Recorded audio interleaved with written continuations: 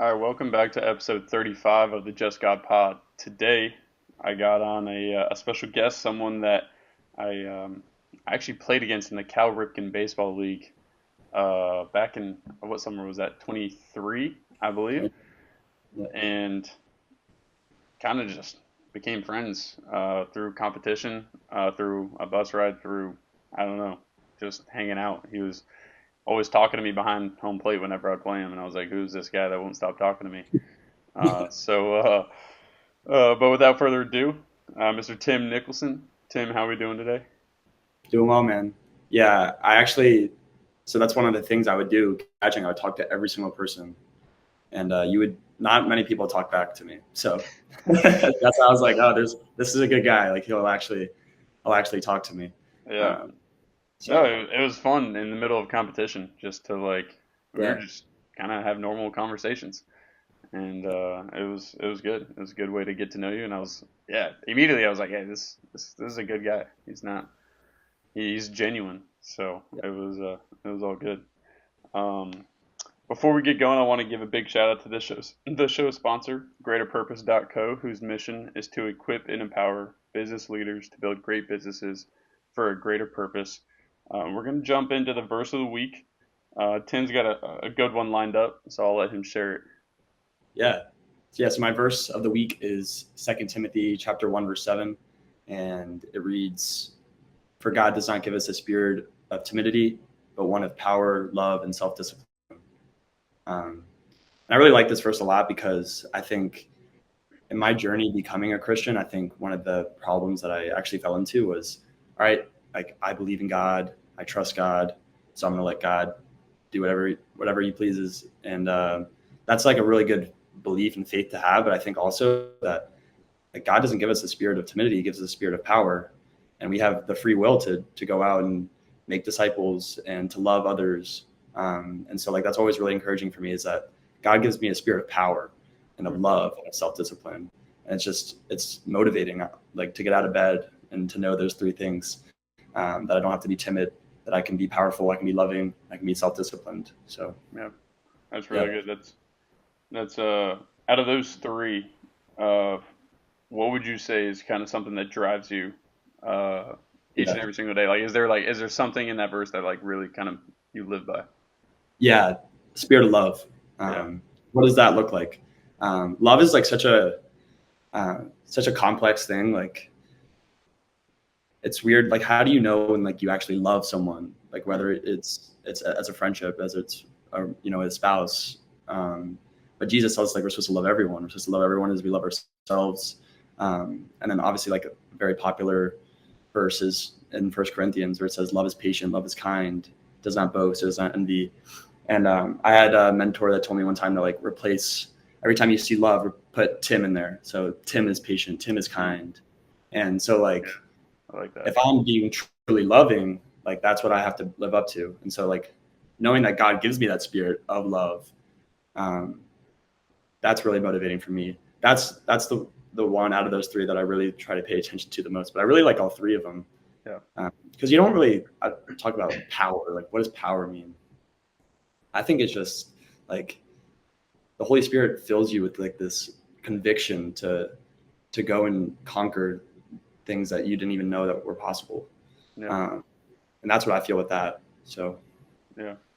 No, I really like that. I think obviously love is the greatest commandment of all that Jesus gives. So certainly that one, but just in that verse, I I think I overlook power and then I overlook sound mind. I see love and yeah, I kind of stop there, but a sound mind for me as well, something that, you know, how do we quiet our minds down and focus on the Lord? How do we, just being able to hold on to truth and displace what the enemy kind of tries to impart in us? I think is huge. But I think love, like you said, and I think there's a verse in First John chapter 4 that perfect love casts out all fear. It's very similar to this verse, just said in a different way. yeah, And when love, definitely, when the Lord is present and God is love, that means that fear is not there. So yeah. um, And actually, similarly, in First John, there's a verse. forget exactly where, but it says God is light and in him there is no darkness. Mm. Like there is no darkness in God, and there's no fear, there's only love. Yeah. Very comforting. That definitely gives me a sound mind, you know. Amen. Amen. Well, for the listeners, the way this podcast kind of was set up was Tim came to me a couple weeks, probably 2 or 3 weeks ago now. Um, it actually wasn't even first. It was I believe he texted me and then he posted a Instagram story, an 8 minute video on, and I'll attach the link to the project that we're going to be talking about here in the caption of this video. But he came to me with a phenomenal idea. The Campus Homeless Project is something that he's extremely passionate about. He's got a heart for it. He came to me, like I said, 2 to 3 weeks ago. Um, I wouldn't say necessarily seeking advice for me, but just sharing it with me. And as iron sharpens iron, one man sharpens another. And he realizes that this is a group effort, and anything like this that it's really tough to do it alone. So he was just reaching out to people, trying to get people on board with the idea. I'm certainly behind this idea 1,000%. I back everything that he's doing, and I'm gonna let him share what it means to him and why, how the Lord kind of gave him this idea and where he sees it taking off. Yeah. Um, and yeah, Tim, just kind of take it and run with it. Give us a general rundown of what it looks like. Yeah.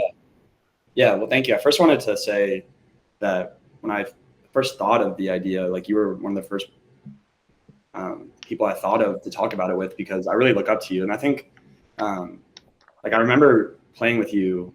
You were older. You're a year older than me. And I know that's not that much, but it is a big deal. Like when someone who's older than you treats you like you're their equal. And like, I really noticed that from you. And then I'm a listener of the podcast and I follow you. And especially in your last season, like I was watching your guys' games and your post-game interviews and like the way you shared your faith. I really looked up to you. And so basically this idea started because I went to school in DC at George Washington University. And I mean, DC there's a large homeless population. They call them, there's tent cities. There's, these congregations of tents where homeless people just congregate. And, and I always like really just like broke my heart, like seeing them. And I would walk right by them, because I didn't want to give them money because I didn't know where the money was going. But I wanted to help, but I knew like, I mean, how much is like, can I do, And I saw it as a huge, like worldwide issue, thinking like, I mean, how could I ever make a difference like in this issue? But I had a mentor, his name is Mark Osis. He graduated from GW a couple years before I got there. And one of the things he talked about was like, you can't ever solve these big, huge issues like world hunger or war and homelessness, but what you can do is you can impact the people that you come into contact with every day. Like you can control how you come into contact with, and especially with our faith, like we have the opportunity to share that with everyone. And that doesn't mean explicitly necessarily saying like, I'm a believer in Jesus, are you? Or, what's your, one of my favorite verses is in Matthew 5:16. It says, let your light shine before others so that they may see your good works and glorify your Father in heaven. And so for me, that means like, I get to just shine my light because I have a greater hope, and that will lead a lot of people to God. And I've really found that, especially like on a sports team, like how you deal with adversity, how you deal with nightlife, how you deal with others. Like, I mean, when you're able to shine your light, people are like, oh, what's different about you? And so, yeah, so I ended up winning an award at school for some volunteer work I did. And it was $5,000. And originally I was going to, keep it. And You're about to like, hey, let's go shopping here. $5,000. Like, I mean, I had one NIL deal before that. It was the acai bowl place. Let's go. So I got $200 worth of acai bowls, which was awesome. But I never like thought I could get like, a legit NIL deal. I mean, you're seeing some of these, like, especially college football. Yeah. And so I ended up winning this award, and it was through NIL, and I won $5,000. And it was, I mean, straight cash it right into my account, $5,000. And so I was about to go to Europe already. I'd already planned it. So I was like, I'm going to spend it all there. But then I don't know, I just felt this conviction, like, man, like I didn't start the volunteering that I did at school to win $5,000. And if my academic advisor had ever, if he never nominated me for this, like I would never have won it. So I would be in the same position I am now without even knowing about this $5,000, but I did win. And so I was like, man, I got to use this for something better. And so I donated most of it to FCA, Fellowship of Christian Athletes, which was like the biggest catalyst of my faith, I would call it. Every Monday we had a big group, and then every Thursday I had a small group Bible study. And like being in a secular place at GW, like it was very grounding, and like I met my best friends for life, and I grew so much closer with God because of that. So I donated money for camp scholarships for kids. So I ended up being able to help. I think it was 20 kids get a scholarship. So then I had some money left over, and my passion has always been homelessness. I've always been like, man, if I really want to help these people. And I started thinking about it, and I was like, I feel like it won't be that hard to like get a group of people and hand out some sandwiches. But I don't know. So I called Maize and Blue Deli here in Ann Arbor. I currently go to University of Michigan, and the guy I was like, hey man, I have $1,000. Like I'd love to buy your sandwiches and hand them out to homeless people. And he said, I'll double it. I'll match and double it. And so immediately, like that was his first reaction, was that he was going to match my order. And so I was like, wow, like, okay. So I text in my group chat for school, and I say, hey, I'm partnering with Maize and Blue Deli. If you guys want to help, 20 people liked the message immediately. So then like these wheels start spinning in my head, and I'm like, oh my gosh, like people like are waiting to help. Like people are like chomping at the bit to help, but they just don't know how, and for me personally, like all the time I walk down the street, see a homeless person, and I walk right past them, but I see them, but I don't even, because I don't know, sometimes I don't even have money. If I do, I don't, know where it's going. So, but now I'm like, wait, if I have this face over an organization, and people can be like, oh, like I don't really have to do that much. I can just tag along with this big group, and we can really make a difference, because they do want to help. So I was like, let's like do this for real. So I literally like 2 days later, I made an Instagram account, made a website, and yeah, started Campus Homeless Project. And basically the goal is to have a campus ambassador on each college campus that we can find. And they themselves will get a group of people, probably around 20 people. I think that's a good size, and they'll fundraise. I mean, for me, like we only used $1,000. I only spent $1,000, and they doubled it. So we ended up having $2,000 worth of sandwiches. And man, we had 150 sandwiches, and like we were able to give them out, and they were so thankful. The homeless people. I mean, it was a weekend, and apparently at the homeless shelter, they only get one meal on the weekends.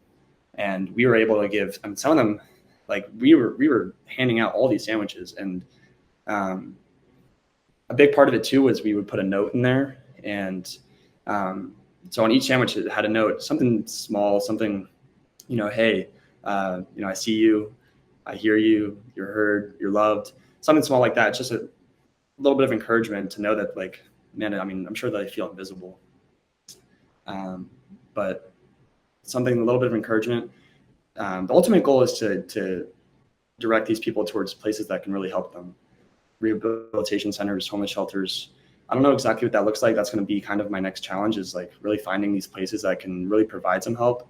But I think the goal of the Campus Homeless Project is to make them feel heard and seen, and provide a little bit of love. So I know I just talked for a while, but that's it. That's awesome. The Yeah. only thing that I will add for the listeners listening to this, go ahead and follow his page. And if you have any like advice or recommendations or ideas, I'm just gonna throw that out there. And like I know Tim is an open book, and he's the kind of guy that is looking for ways to get better and make things better. So for the listeners, if you're hearing this or seeing this, and you have an idea of how to make it better, or just anything that you've done in the past that has really has gone through and connected with homeless people, let them know, or let me know if you don't want to go to Tim directly, and I'll let him know. But I know Yeah. he's always looking for ways to make it better, and just improve. But I wanted to say it's incredible what you're doing. I think that your mentor brings up a good point. I think, you just like, you hear the big problems, the, like you said, the homeless, the war, all the world hunger. And, I don't want to put a limit on God's ability and say like that can never not happen. Um, However, like I said, I think your mentor makes a good point in bringing about, you can make an impact directly where you're at. Like right where you are, you have the ability with who you come in contact every single day to make an impact. And so often, and I am 1010% guilty of this, I see the homeless and I'll kind of look the other way, or like I'll just, I'll act like they're not even like a person. Like let's just Yeah. call it how it is. And I think a lot of us are like that until we get outside of ourselves and really um, value them as people, as like just you and me, just another person.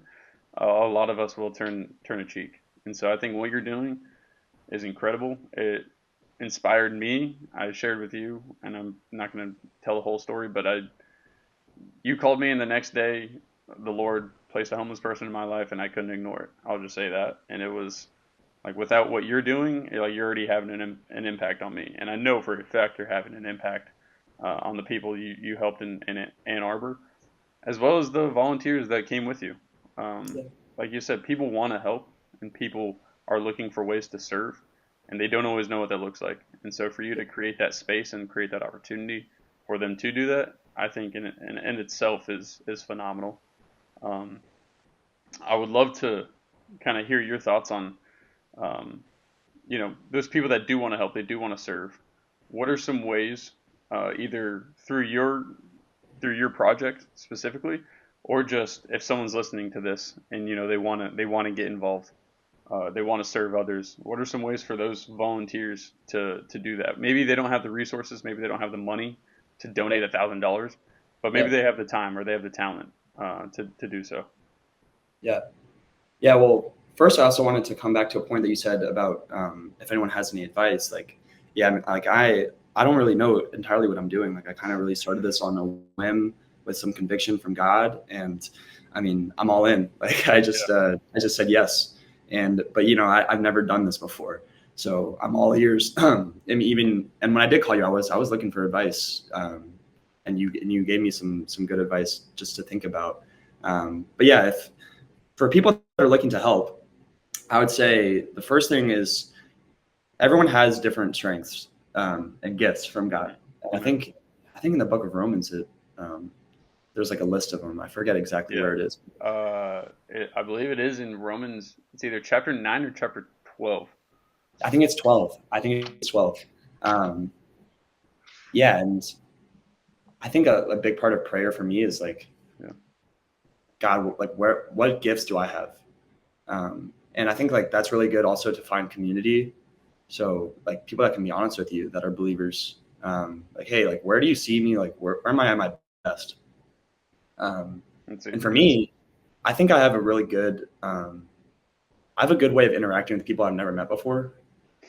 Yeah, you do. Um, and I think the part of that is I remember their name, like something really small like that. Mm, So like when I see someone, I meet them, like it's really easy to be like, hey, what's your name? And then it goes like in one ear out the other. 100%. But I think like when you remember their name, something small like that, and then you see them again, you're like, hey, Carter. And you're like, oh, they remember me. It just creates a connection. And so in terms of the homeless, there's a lot of people that I would see every single day, the same people, and I would remember their names. I remember I had a guy named James and a guy named Ronald specifically, and they like they don't know my name. Dude, they would forget my name, but when they would hear that I saw them, I made an instant connection. And this was before like I had really this idea to start like an actual organization. Sorry about that. And then yeah, so I think that you have to discern like where are your gifts, because some people, it's okay to not have like that kind of gift where you might not be able to spark like a real like strong connection with someone that you just met, and like that's completely okay. Like for me, like I have other things that I'm not as good at, but that's something I am good at. Um, but if you are passionate about homeless, I think a big thing is, I struggle I'll share a story that I saw someone outside of a liquor store, and they're like, "Hey man, like I really would like some cash. Like I need a meal." And I was like, "Yeah, like of course." So I gave him $5, and he walked right into the liquor store. And like, you know, it's not always their fault. Like some people have addictions, and the addictions are too strong for their self control, and especially when they don't have something like a faith. And so I really like would encourage more about connection than money. Um, Even like having a conversation with someone, you like would be so surprised on how far that goes with them. Yeah. Um, like I've talked to a lot of different people, and some of them have been brought to tears just by like talking to them and asking them questions about themselves, like how'd you end up in this city? What's your story? 'Cause they're chomping at the bit. I They promise want to you share. to share that. Yeah. And so that would be like my first piece of advice. But in terms of like my organization, I think that I need to first like diversify, to have these campus ambassadors. No doubt. I would love to like start to field donations, but I don't want to put something out there when I don't entirely know what I'm doing yet. So I've closed off a donation page on my website because I just don't want it to people to donate, and then I'm only getting half of it, and the other half is going to something I don't know. So I want to make sure that I have that covered. So Yeah. I think that would just be my first piece of advice, would just be to like spark connection over giving money, or but To your point, like they do want to be heard.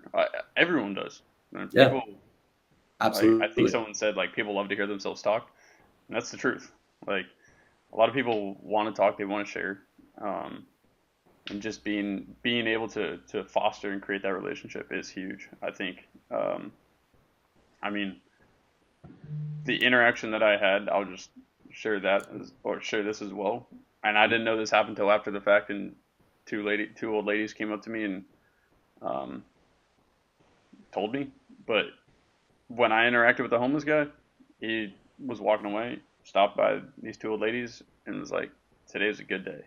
And I was like, and then they came up to me and said that, and I was like, I just talked to him, like that's Yeah, literally that's like the bare minimum of like what makes it a good day is talking to him. Like so, like people want to feel seen, they want to feel loved, they want yeah, to share. So I think that's incredible. And I did find the gifts yeah. in You Romans got chapter. It was Romans chapter 12. yeah, I'll share them real quick for the listeners. In Romans yeah, chapter 12, there's 7 gifts: gift of prophecy, the gift of serving or ministry, the gift of teaching, the gift of exhortation, the gift of giving, the gift of leadership, and the gift of mercy. Um, so those 7 from Romans 12 they're all imparted in us, and we have to maximize those spiritual gifts that He's given us. So I just want to share that with you guys. yeah. Look into that Amen to that. chapter and find your spiritual gift, pray about it, and He'll reveal it to you, certainly. Yeah, So I think that's awesome. Well, Tim, you've been a part of multiple organizations on campus at GW during your time, and I know FCA was a big one for you. yeah. I believe Dream on Three was another one. I believe that's how you won the Yes, All-State yeah, Conference. yeah. Mhm. So you got that. I believe you won another award. I forgot what that one was called, but you were racking them up, and you were part of a certain, certainly certain organizations. I would love to kind of hear, maybe not, just hear your experience throughout your GW career about, whether it was your work with Dream on Three or FCA or whatever. Yeah, absolutely. Well, I think my freshman year, I was pretty closed off. I was pretty introverted. Big part of my testimony is like I was depressed and anxious in high school.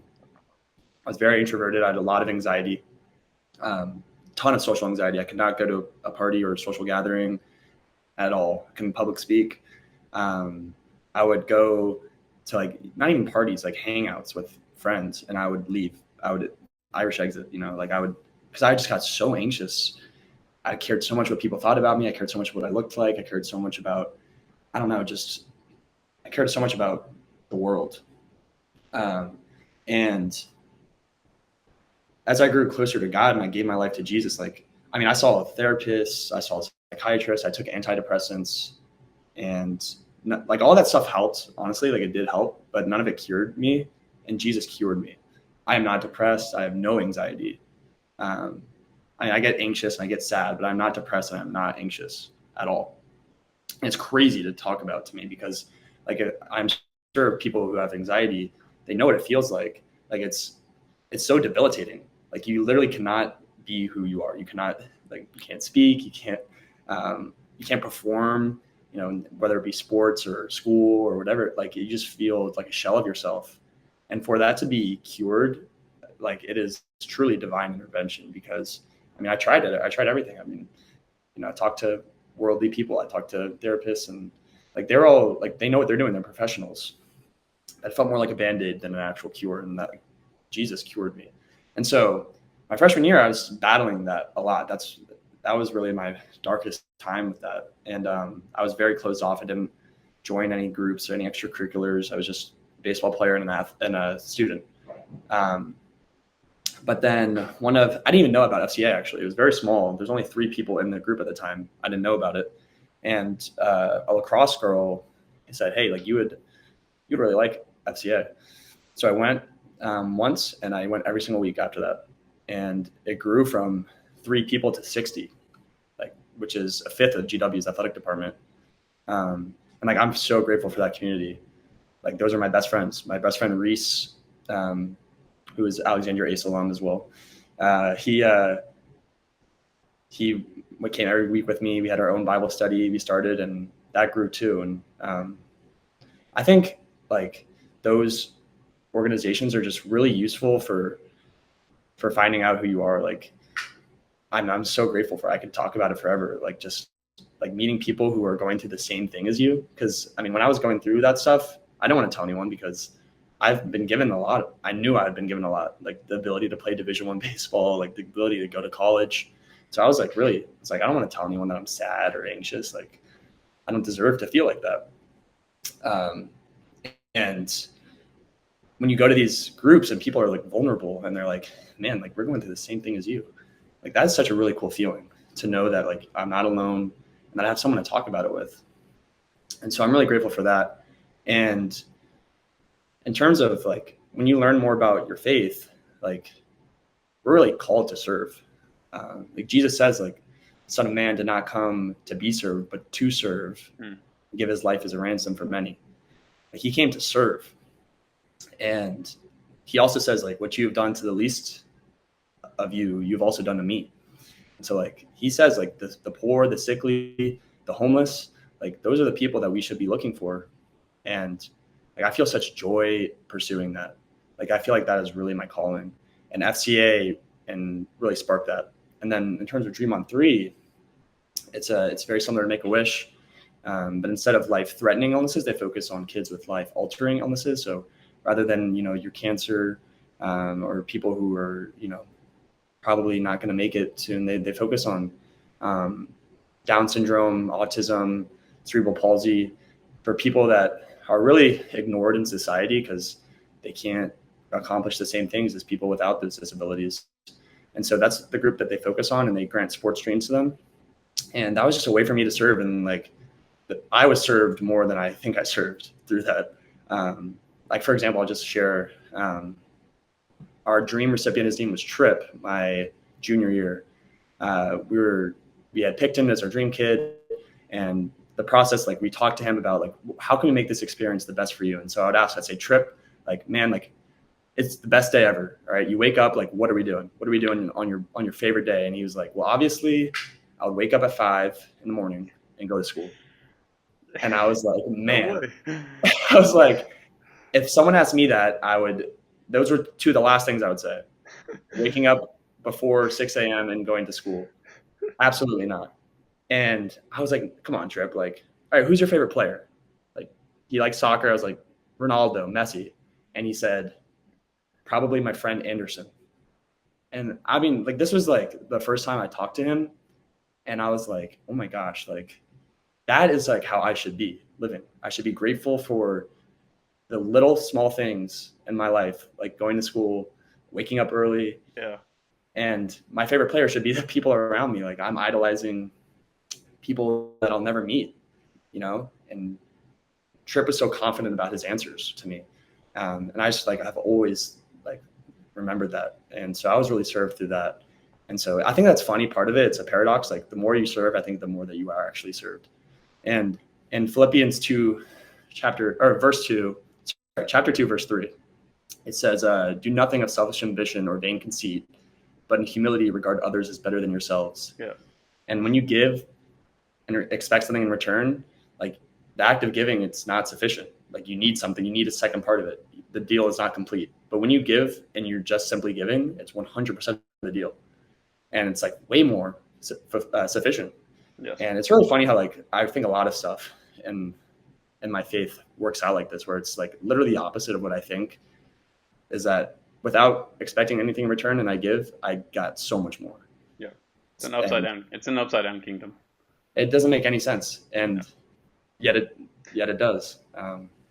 So I think that's incredible. Philippians 2:3. That's my life verse. That is literally it. Because I've heard you share it before on here actually. It's just the way to get outside of yourself and to actually serve. And to your point, when we feel like we're serving, we're actually the ones being served. In a case like you had with Tripp, every time homers that help would go to the children's hospital at ECU, it was incredible. I thought by me doing that, I was a good person. I was, not I was not doing it look at me. It was just I thought I was helping somebody else. That's purely it. I wanted to do it. I wanted to serve. But in doing so, those kids had such an impact on me and my teammates. I'll never forget the first time we went. It was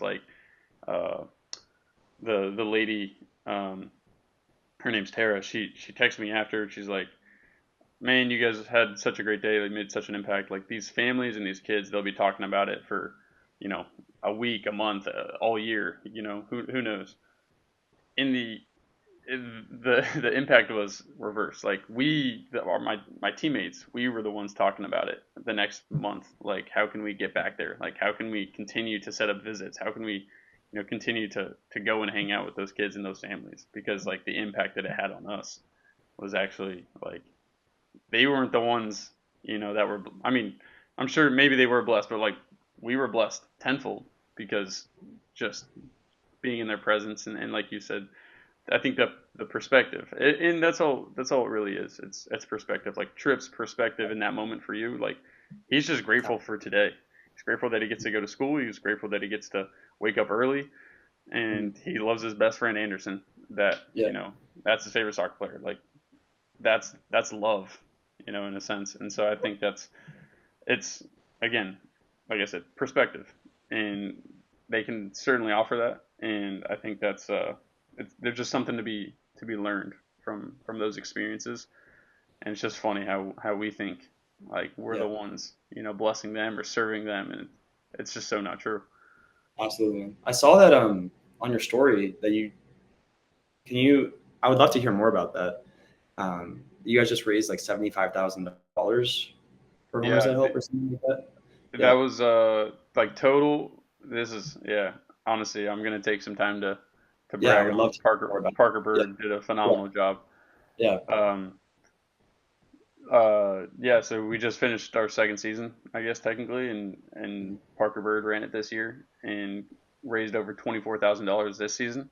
So that brings the total to over 75,000 in 2 years. And come on. And the switch we made this year.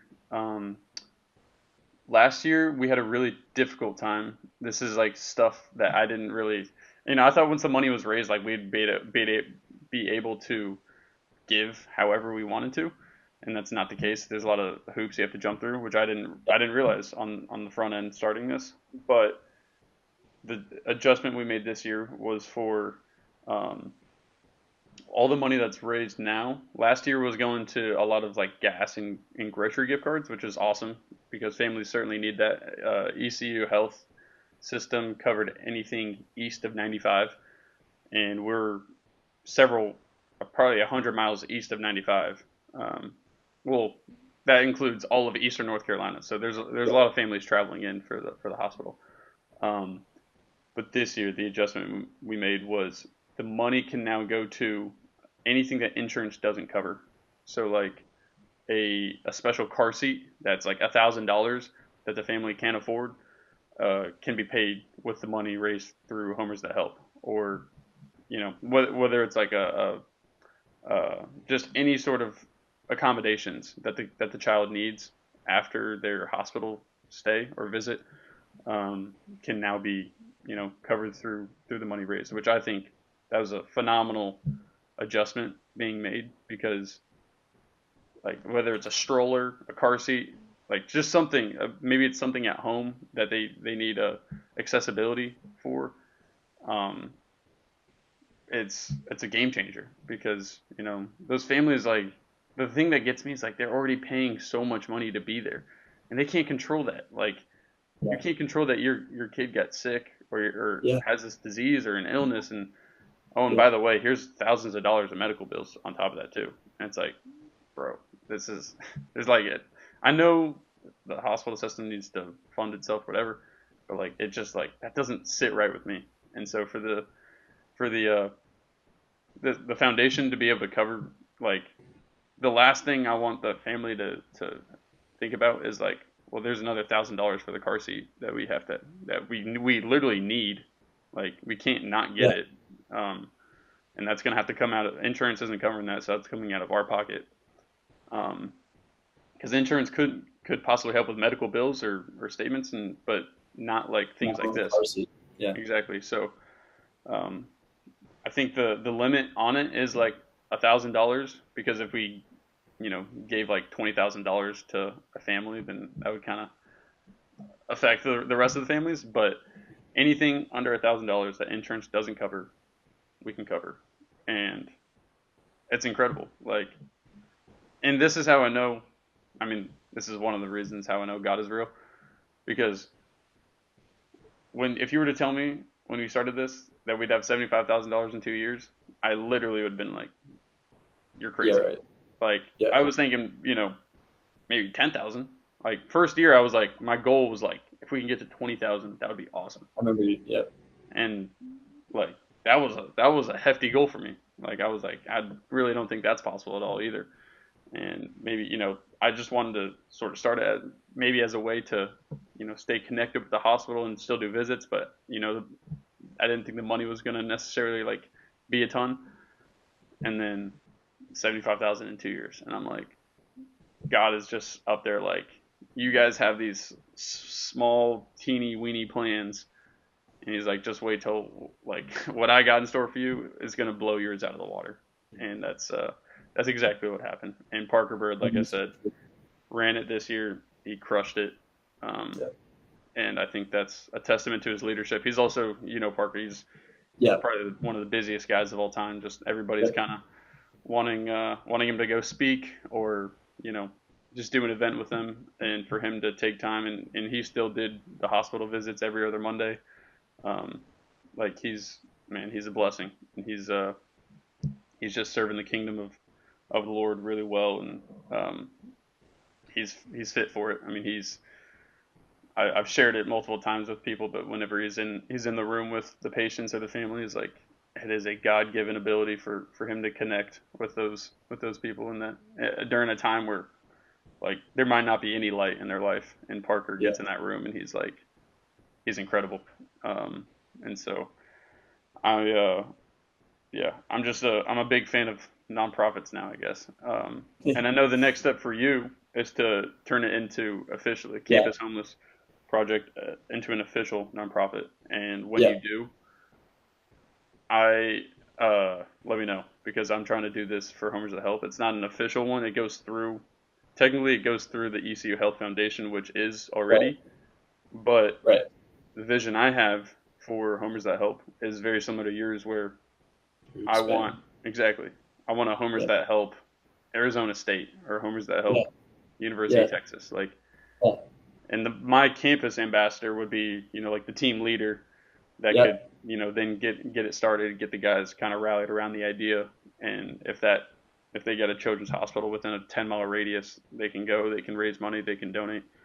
Um, but in order for me to do that, I need to make it into a nonprofit. And so let And me I know. think like a point of encouragement that has been encouraging me is Dream on Three, because so their model is just like what we've been talking about. They have two separate groups, I guess you would call it. One is campus dream teams, and then one is their regular dream teams. So the campus dream teams are specifically focused on college campuses, and I think they have over 30 dream teams, It's and it's awesome. all over the country. So there's one at Michigan, GW, Miami, Clemson, all over the country, and they have captains, they call them. And so I was a captain with my good friend Kelly Poole. She was on women's soccer, and they're athletes. And I think the big part of sports, which is so cool, is that you get to make people feel celebrated. So I'm sure like you got to experience that too. But like for these kids that have illnesses or just they can't accomplish the same things on the field that I can. And so when you get to have them feel that accomplishment and feel that joy, like that's very, very cool. And so I guess, but the encouragement I think is like this model of having, your ambassador, your captain, your leader, whatever. It's very simple, and especially like people that are willing to serve. Like, I mean, I've really just been super surprised by how many people are like just called to this and they just say yes and they go like right into the fire, not knowing what to expect. And so like that would be my point of encouragement is like when you start to expand, like I think you're gonna be able to do it. And so that's why I like kind of just ran right into this because I was like, I've seen it happen with Dream on Three. They have all these campus dream teams. So I was like, man, like I can totally do this. Yep. And after seeing the response of the people in my program being willing to help, I'm like, wow, like, let's go. And Yeah. so These people want to serve, no doubt. yeah, absolutely, And absolutely, to your point, and I just want to honor you for a second. Like a lot of people have the idea, God will give them idea, and they'll be like, when the time is right, or like, when I have the time, or like when I have the resources, then I'll get around to it. But like you jumped into it, and that's what I love. Like you saw a need thank and you filled the need, and that's thank you. something the Lord has like revealed to me is like that's what we're like. I've never audibly heard God saying, "Do this right Yeah, now." Like, exactly. and maybe maybe you have, maybe someone else has, and that's awesome. But I've never, He's never been like, "Do this at this moment right now." Like I've never audibly heard His voice. So sometimes I don't know when the time is right, but I know if I just put it off, it will never get done. And so for you jumped into it. Like you had a vision. He gave you the vision. It was imparted in you, and you jumped on it. And I think a lot of people are like, "Oh, I'll get around to it at a later date," and they never do. And then that dream fades, and then it goes away, and it dies. And then the impact or the what you could have done will never be a thing because you never did it. And so I just, like I said, I want to honor you in saying that I love the fact that you jumped into it. And yeah, you said, "Hey, I don't know what I'm doing. This is the first time I'm doing it." That is totally Yeah, fine. We're we're building the airplane as it's flying right now, but yeah, that's absolutely. good. We Yeah, need to do it, and you jumped into it, and I think that's a learning point for a lot of listeners, a lot of people out there. Like, do it. Like, don't just yeah, wait and be like, "I'll get around to it." No, do it now, and yeah. serve the Lord. So I would say adding to that, like there's two things that I think about. Like the first is like the danger of a promise of tomorrow. Like you don't know what tomorrow could bring, and by me jumping in, it's holding me accountable. The fact that I started a social media page, the fact that I told all my friends about it, yeah, like hey, they're we're in asking it. me, and so like, I have to answer them. Especially, I have a good friend named Nick Mullen who wants to be the campus ambassador at GW. He's GW shortstop. He's like, I want to do it, and he has been texting me like, hey, let me know, and like Yeah, I have to be accountable to that. yeah, And I'm like really grateful that I jumped in and did and said yes to God, because like you said, like God didn't, I didn't hear His voice saying you need to start this project, but I felt His conviction yes, of this is a real need, and like you are drawn to it and you care about them. Like I genuinely, like, it breaks my heart to see them. And so I was like, I need to do something. Like Yes. I'm convicted, and it's holding me accountable. Like people are texting, my parents are texting me. My mom is like, hey, nice website. Like you should change this. And I was like, you're right. And that's been really helpful. It's like, I just said yes. And now I'm in it, Yeah, nothing can stop it now, so exactly. yeah. But if you delay and you put it off, then that it starts to fade. Then then the vision starts to fade. Then you get discouraged and you're like, it's just that was just a little one time thing that maybe the Lord revealed to me, and it's gone now. So do it, jump into it, and Yeah. we'll go from there. But Yeah. I love the fact that you did it. And to your point, I think you make a great point. It's accountability now. Like I went through it as well. People texting you Yep. or holding you accountable. Like, hey, you got the Instagram page up and running. Like you gotta. Yeah. This is real now. I don't want to say Instagram makes it real, but Yeah. um, Yeah. it's you got other people looking at you to see what you're gonna do next and holding you accountable for it. So that's uh that's awesome. Um, I Awesome, man. asked I asked my guest last week, Chase, uh, this question, and it kind of was sparked from the conversation we had when you called me a couple weeks ago, and really just dealing with homelessness, and I would love to hear your response. Um, Yeah. I and what I've experienced, especially when I had my interaction with the homeless person the other day, I was moved with compassion, and it didn't feel like love, if that makes sense. And I was reading, like you read in scripture, that Jesus had compassion for him or for the group or for the crowd. And I was wondering what the difference was between compassion and love, because for me, I don't know why it is this way. And I know love is the greatest of all commandments, and it's the greatest thing you could ever do or give or anything. But I felt compassion almost like to do something for the homeless man. Yeah. But it almost wasn't like an act of. It didn't feel like love. I can't describe it, but it was like an emotional this is compassion, but it's not love. And I would love to hear if you think there's a difference, or if you think they kind of coincide together, or Yeah. what. Well, I would say that's a really good question, and I actually understand what you mean.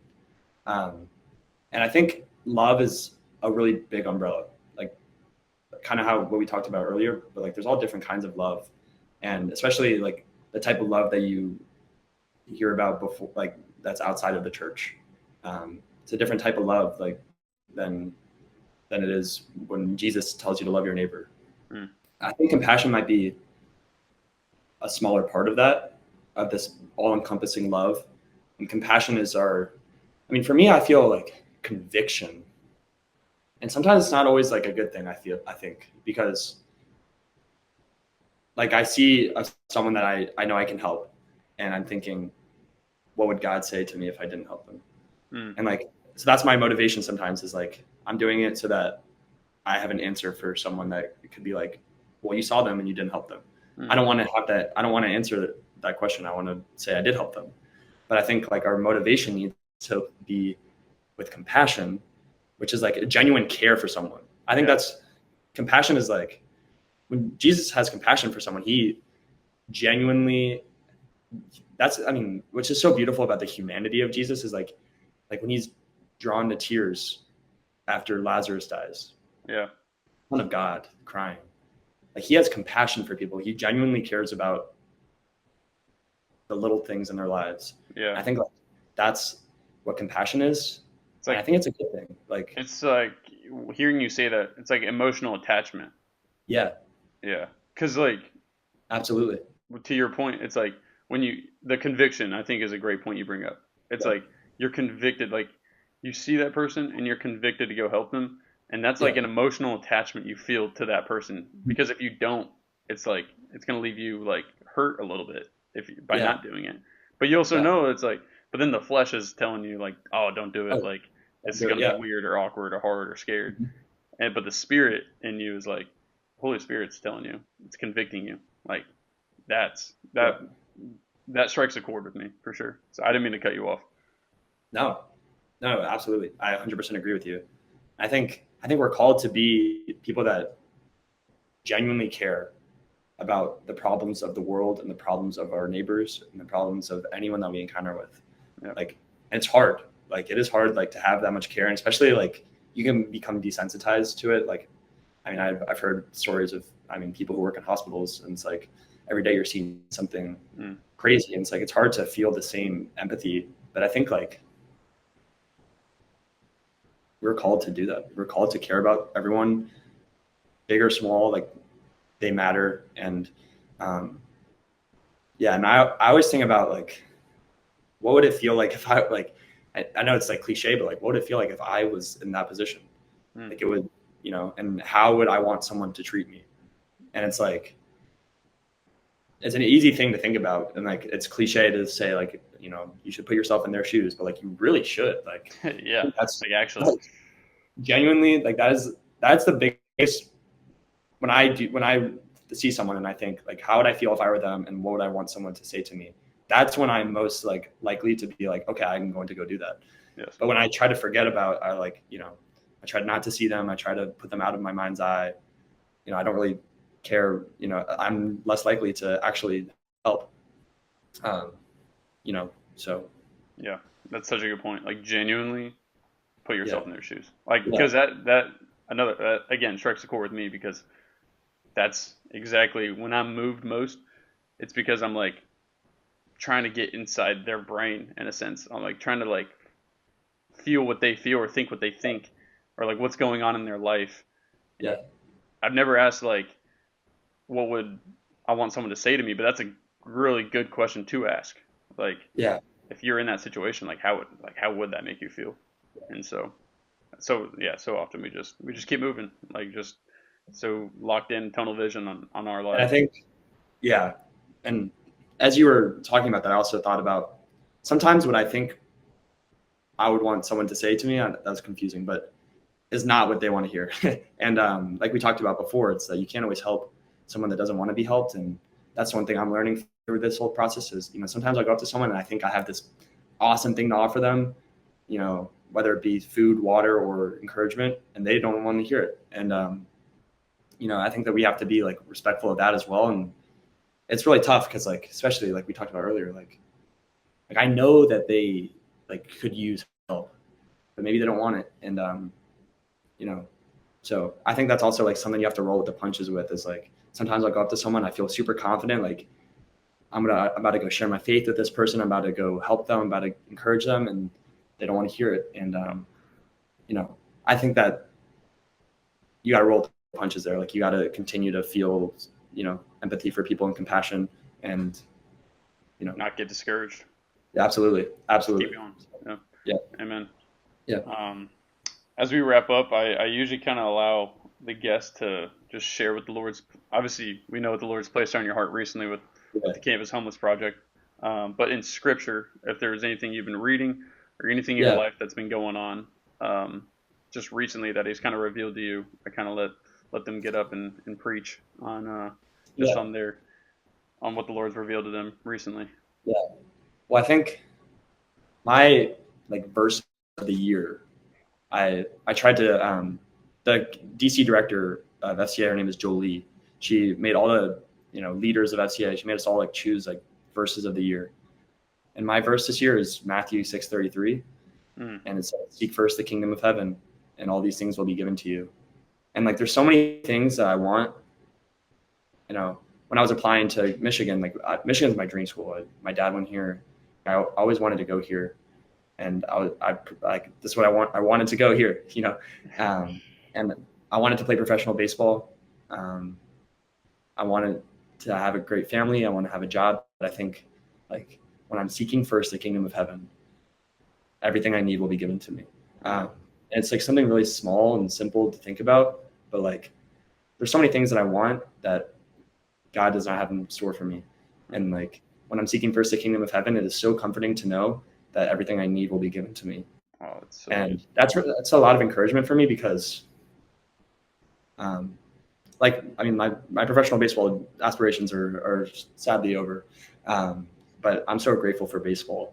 But at the same time, like, God is calling me somewhere different. And like, I think that if I was in the same journey of faith I was in 4 years ago, and someone told me I couldn't play baseball anymore, it would be a lot harder than it is right now because I have such a strong and firm foundation in God.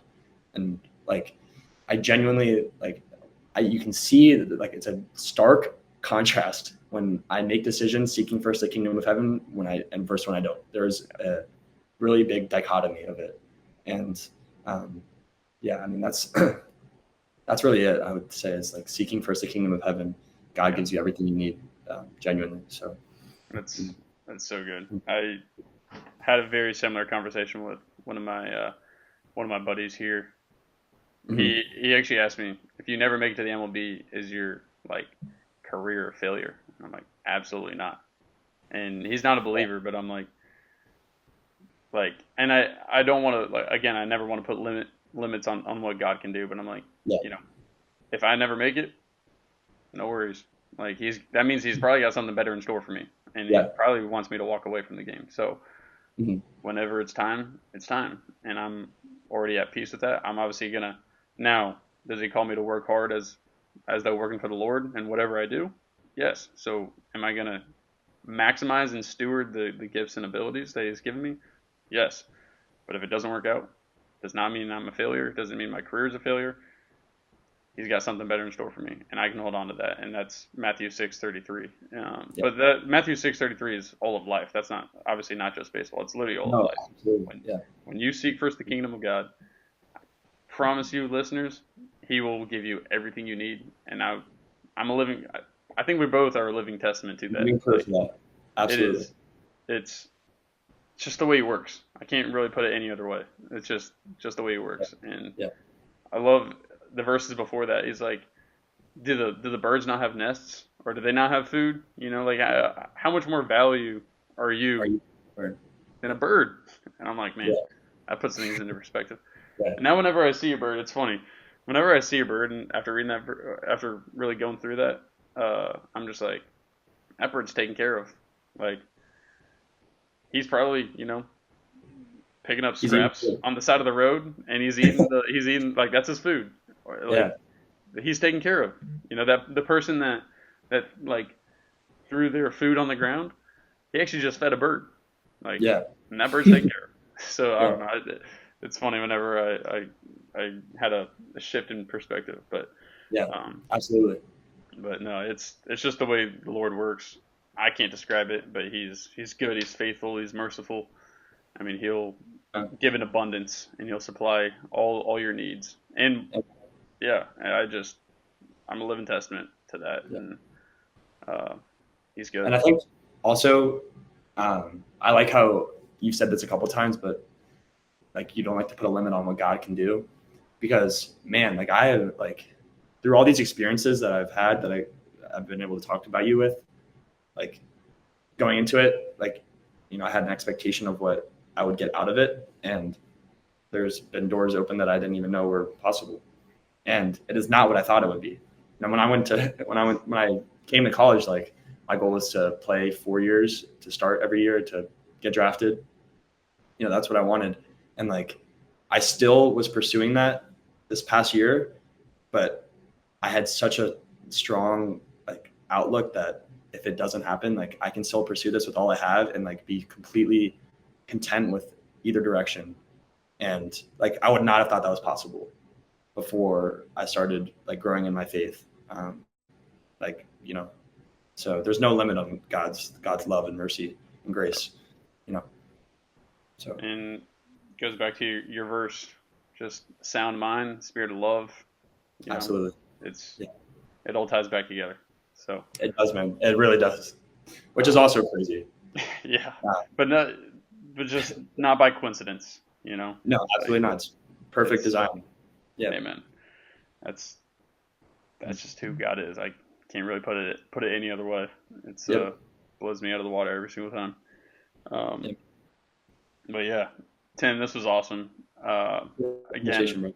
I really appreciate what you're doing for the kingdom. Just what you're doing for the direct impact you can have, that you realize, hey, like there's a need.